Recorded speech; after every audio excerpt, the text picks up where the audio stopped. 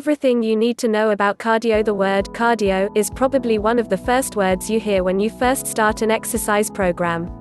You know that cardio is an essential component of any workout, whether you want to lose weight, get fit, or just be healthier. Health authorities recommend 150 minutes of cardio exercise per week to reduce health risks. Point 1. If you want to lose a substantial amount of weight, more than 5% of body weight, and/or keep it off, you may have to do more than 300 minutes of moderate intensity physical activity a week, and that doesn't even include strength training. Getting a deeper understanding of cardio exercise may be what you need to get motivated to do it a little more often. Cardio exercise definition. Cardio exercise simply means that you're doing a rhythmic activity that raises your heart rate into your target heart rate zone, the zone where you'll burn the most fat and calories. Even bouts, or episodes, as short as 10 minutes count towards your weekly cardio exercise minutes. According to the 2018 Physical Activity Guidelines Advisory Committee, episodes of any length contribute to the health benefits associated with the accumulated volume of physical activity. Benefits of cardio exercise. When you realize just how much cardio exercise can do for you, you may want to do some right now. There are very few activities you can do for a short period of time that have this many benefits. Some of the known benefits are: it helps you burn fat and calories for weight loss. It makes your heart strong so that it doesn't have to work as hard to pump blood. It increases your lung capacity. It helps reduce your risk of heart attack, high cholesterol, high blood pressure, diabetes, and some forms of cancer. It makes you feel good, and can even provide temporary relief from depression and anxiety. It helps you sleep better. It helps reduce stress. It improves your sex life. It gives you more confidence in how you look and feel. Weight-bearing. Cardio exercise helps increase your bone density. It allows you to set a good example for your family. And the great thing about cardio is that you don't have to work out for an hour at a high intensity to get the benefits. Even a little goes a long way. A 15-minute walk outside can boost your mood and help lower blood pressure. Don't feel like you have to have a lot of time and energy for cardio. Doing a little each day is better than doing nothing at all. With all the benefits laid out for you, it's time for the next step, which covers exactly how to choose your cardio exercise. Choosing a cardio exercise. Your first step in setting up a program is to figure out what kind of activities you'd like to do. The trick is to think about what's accessible to you, what fits your personality, and what you'd feel comfortable fitting into your life. If you like to go outdoors, running, cycling, or walking are all good choices. Just about any activity will work, as long as it involves a movement that gets your heart rate into your heart rate zone. Walking is always an excellent choice. It's something most of us can do on a regular basis, and you don't need fancy equipment. If you prefer going to the gym, you have access to many more options in the form of machines like stationary bikes, elliptical trainers, treadmills, rowing machines, climbers, the pool, and more. For the home exerciser, you can, of course, buy your own treadmill or elliptical trainer, but there are other great options like exercise videos, online exercises and workouts, fitness apps, a variety of home cardio exercises you can do like jumping rope, jumping jacks, jogging in place, burpees, and more. You have so many choices, but the trouble is, you may not even know what you like yet. You may have to try several different activities before you find one that works for you. This is the experiment we all have to take part in, and it can be hit or miss, so don't be afraid to try something, and, if it doesn't work, move on to something else. Important tips for choosing your cardio. There is no best cardio exercise. Just because your friend says running is the best doesn't mean you have to do it, especially if running makes you feel like your entire body is falling apart. Anything that gets your heart rate up fits the bill, even vigorous chores like raking leaves or washing the car. Do something you enjoy, or at least something you can tolerate. If you hate gym workouts, don't force yourself onto a treadmill. Walk, jog, or bike outdoors to enjoy the scenery. If you like socializing, consider sports, group fitness, working out with a friend, or a walking club. Choose something you can see yourself doing at least 3 days a week. To meet the exercise recommendations, you need to do cardio 3 days per week. Make it easier to be motivated by choosing an activity that will be convenient for you to do that often, at least until you've formed the habit. Be flexible and don't be afraid to branch out once you get comfortable with exercise. The nice thing about cardio exercise is that you can choose any activity that raises your heart rate. You don't have to do the same workout every session, nor every week. Changing up your cardio is easy, so do it often and you'll discover more activities you enjoy.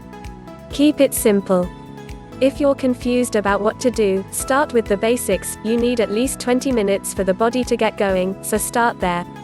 Get out your calendar, find 20 minutes of time on 3 different days and do something: walking, running, going to the gym, vigorous yard work, whatever you want.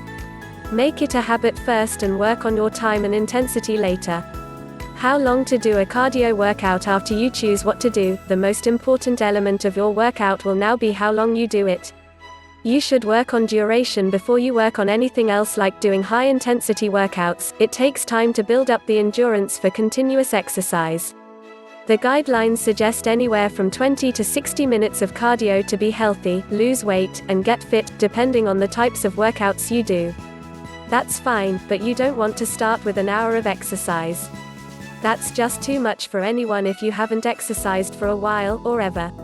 Beginner workouts to start: choose an accessible exercise like walking or a treadmill, and start with about 10 to 20 minutes of brisk walking at a moderate intensity.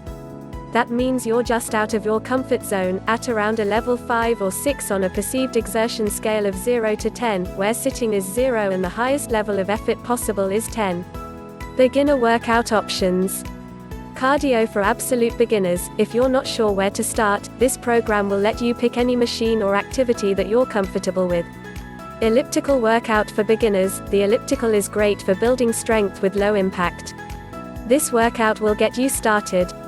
Stationary bike workout for beginners. This 20-minute workout is great if you want a workout with no impact. Important tips for how long you should work out: you don't have to do it all at once.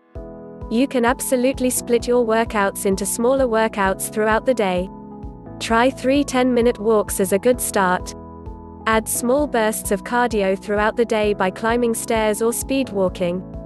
Do all those things you know you should be doing: take the stairs, walk more, stop driving around looking for that front row parking space, etc. Make the time. People who work out don't have more time than people who don't. They've just practiced making exercise a priority. Scheduling your workouts and treating them like any other appointment you wouldn't miss may help you stick to your program. Pay someone to make you exercise. Finding a good personal trainer can make a difference when it comes to motivation and reaching your goals. Do something, anything. If you think 5 minutes isn't enough time to work out, you couldn't be more wrong. Whether it's 5 minutes, 10 minutes or 60 minutes, every single minute counts. Consider your intensity. The harder you work, the shorter your workouts should be. So, if you're doing Tabata training or some other kind of high-intensity interval training, your workout may only be 10 to 20 minutes long. If you're doing a slower, steady-state workout, you can work out longer, maybe 30 to 60 minutes. Keep in mind that doing too much cardio is a no-no as well and can actually backfire. There is a point of diminishing returns, so keep it reasonable, 3 to 6 days a week, depending on your fitness level. Vary your intensity and don't forget to take rest days when needed. Frequency of cardio workouts. The short, non-scientific answer to how often to do cardio workouts is to do more than you probably think you should and more than you really want to or have the time for. The longer answer is that it depends on your fitness level, schedule, and goals. If you want to be healthy and aren't worried about losing weight, getting in 20 to 30 minutes of moderate activity every day can do you some good. But, for weight loss, it's a whole other story. And it's not just about frequency. It's about intensity as well. If you only do moderate workouts, you can probably work out every day. But, if you do high-intensity interval training, you may need more rest days in between workout days. The bottom line is that it's better to have a mixture of the two so that you're working different energy systems and giving your body something different to do so you don't burn out. The reality: what happens if you can't follow the guidelines? If you're still working on building the endurance and conditioning, it may take a few weeks to work your way up to more frequent exercise. If it's a busy schedule that stands in your way or other obstacles, do your best to work out as many days as you can. Try shorter, more intense circuit training workouts to make the most out of the time you do have. 10-minute time saver workout ideas. 10-minute low-impact cardio workout. This low-impact workout doesn't require any equipment and uses your own body weight as resistance. Burn 100 calories in 10 minutes. 6 workout options help keep things interesting. Keep in mind that if you can't follow the guidelines because of your busy schedule, you may have trouble reaching your weight loss goals. If you can't do the work required to reach your goals, you may have to change your lifestyle or, if that isn't working, change your goal to fit where you are in your exercise or weight loss experience. Cardio intensity. Once you've gotten used to exercise, and are up to 30 minutes of continuous movement, you can start working on your intensity. How hard you work is a crucial factor in your workout because how hard you work is directly related to how many calories you burn. Raising intensity is the best way to burn more calories when you're short on time. It's an easy part of your workout to change. All you do is work harder. It's easy to monitor with a heart rate monitor or perceived exertion scale. How hard should you work? Your best exercise intensity level depends on several factors, including your fitness level and your goals. There are 3 different levels of intensity you can focus on during your workouts, and you can even incorporate all of these levels into the same workout. High-intensity cardio. This falls between 70% and 85% of your maximum heart rate (MHR) if you're using heart rate zones, or a 7 to 8 on the perceived exertion scale. What this translates to is exercise at a level that feels challenging and leaves you too breathless to talk much. If you're a beginner, you may want to work up to this level or try beginner interval training so that you work harder for shorter periods of time. Advanced exercises can try high-intensity interval training for more strenuous workouts. Moderate intensity cardio. This level falls between 50% and 70% of your MHR, a level 5 to 6 on the perceived exertion scale. The U.S. Department of Health and Human Services often recommends this level of intensity in its physical activity guidelines. This is the level you typically want to shoot for during your workouts. Low-intensity cardio. This type of exercise is considered to be below 50% of your MHR, or about a level 3 to 4 on the perceived exertion scale. This is a good level to work at during your warm-ups or when you're squeezing in other activities, like walking, throughout the day.